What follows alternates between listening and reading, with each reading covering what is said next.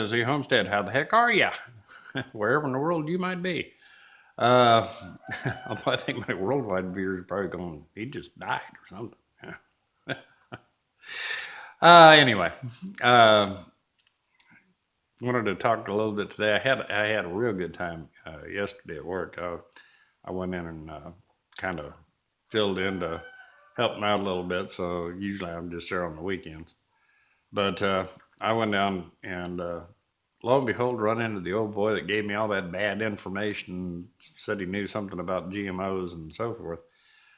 He'd come down to visit with his buddy down here. And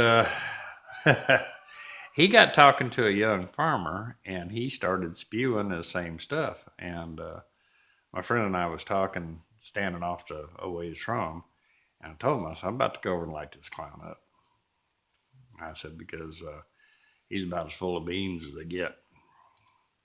And I said, I just don't want to tick your friend off. He's like, not that close of a friend. And so I said, all right.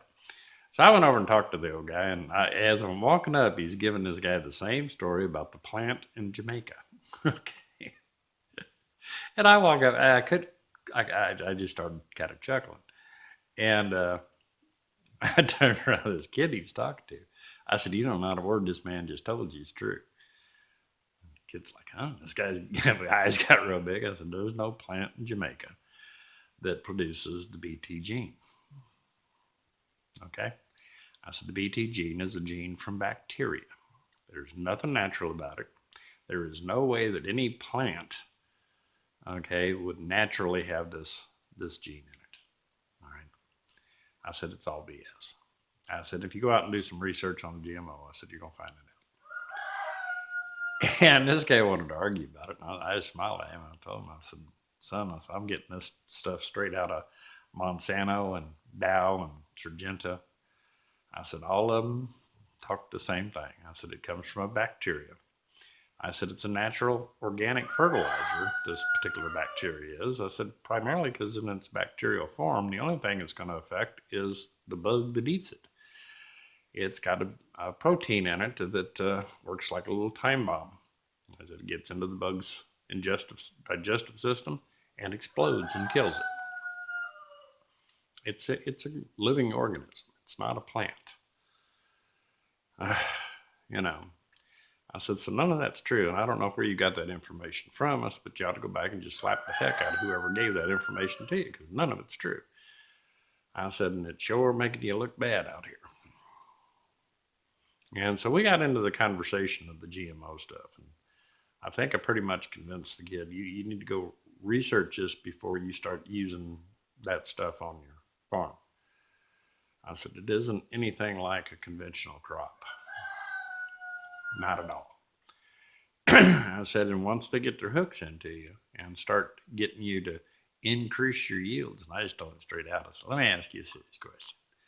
I said, I talked to him, he's planning on growing some corn and soybean. And I said, well, what would you rather get? $9 a bushel and lower yields? I said, or $2 a bushel and big time yields. Not enough to quite bring you up to the $9 mark, but you know.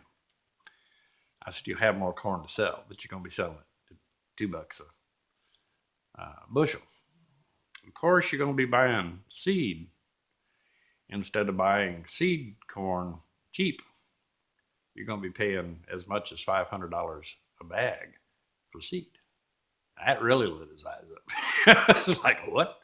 I said, yeah, depending on the traits you get, so forth. I said, plus your herbicide costs are going to be higher. And I said, the GMO crops they're finding are really susceptible to a lot of different diseases. And of course, they'll sell you the traits to keep it disease resistant. I said, for a cost. I said, all these things. I said, but organic corn goes for $9 a bushel. I said, that was last year's prices as opposed to $2 and $3 a bushel for GMO corns. I said, so use your head a little bit, son.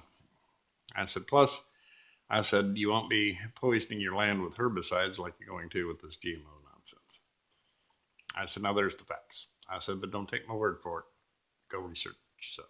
I said, I think you're going to find that may be just starting out, because he had some good soil. He bought a farm that was primarily pasture land. And I said, don't screw it up, son. You know, don't listen to guys like this because they're full of beans. I said, you know, you can get pretty good yields with an organic farm and sell your crop at a decent price. I said, you get tangled up into this GMO stuff, the only thing in your future is bankruptcy. That's it. I said, there's farms for sale all over this county that were running GMO products. I said, just keep that in mind.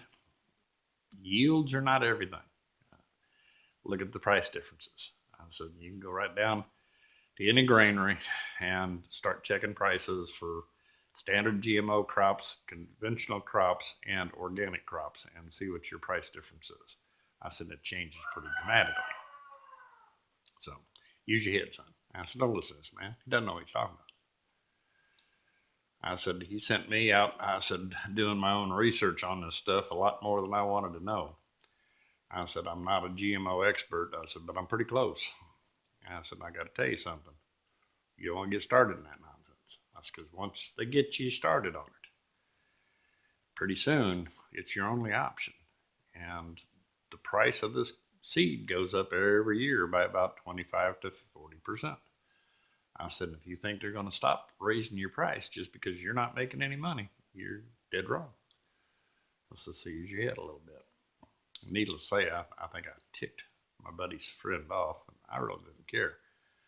You know, these guys are, and that's the stories they're telling people. Okay, and one of the biggest ones that he was always going into, and he got that straight out of what Monsanto and the rest of them were pushing off to the extensions and the colleges and so forth, is, oh, it's, you know, we've been genetically modifying stuff for centuries. Okay.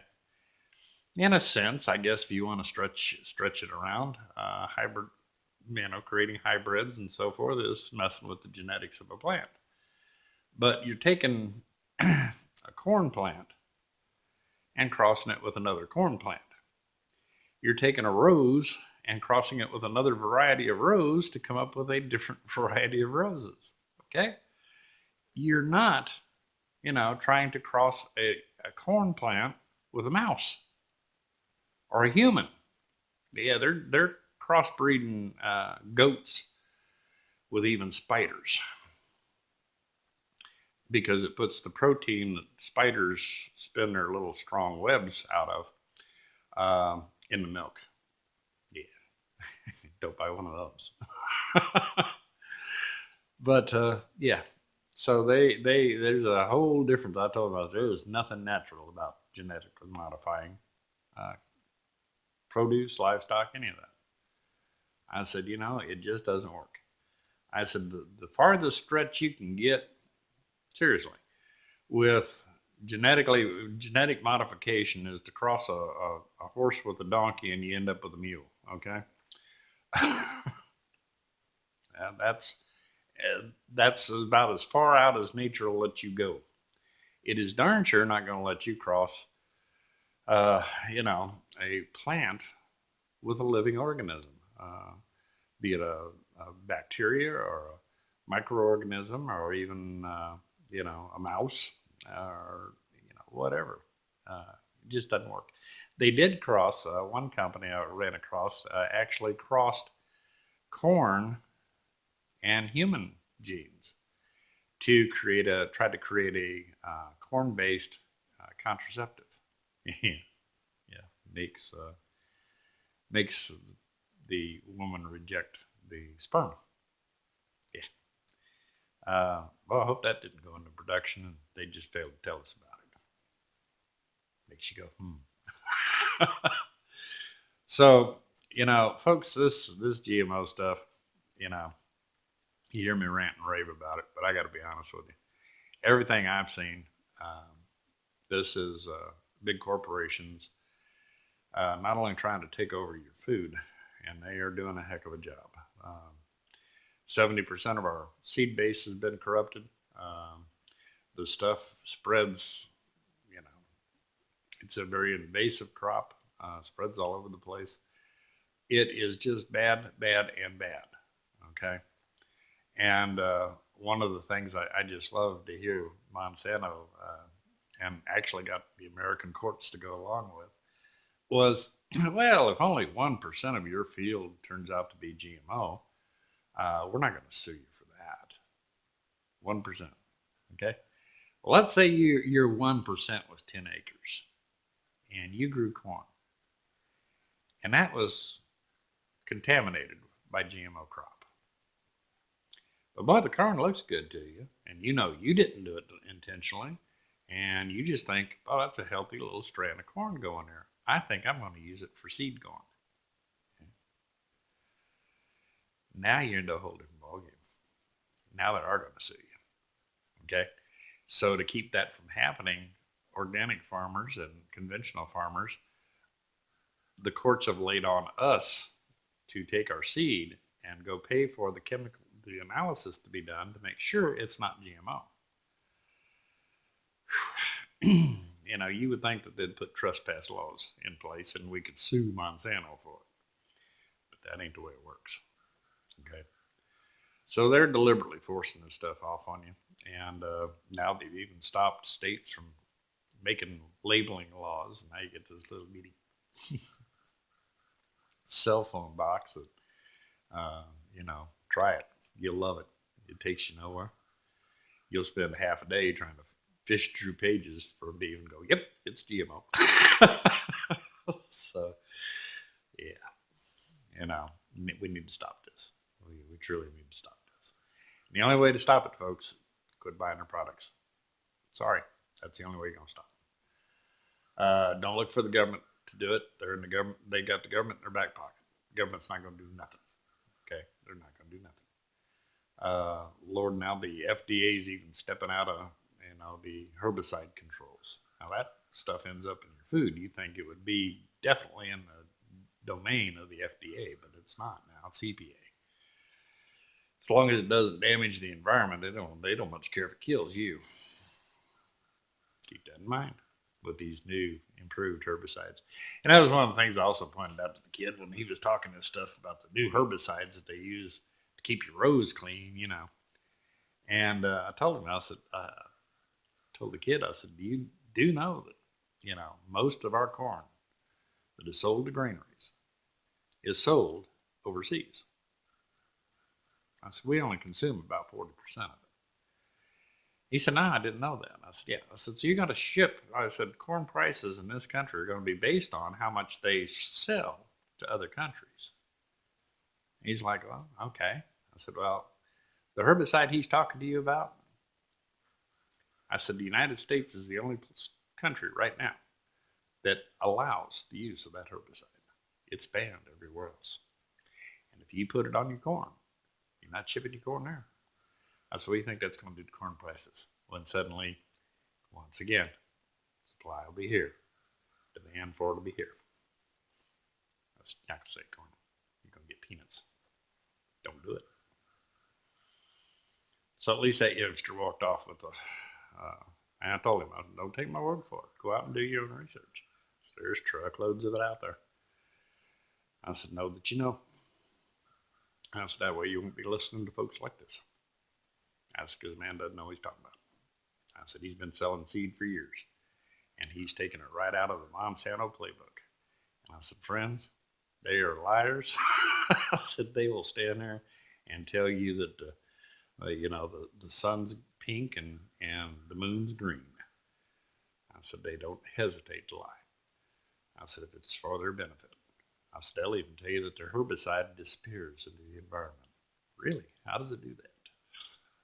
I said, the fact is, it sinks and builds back up and finally poisons your land to where nothing else will grow there.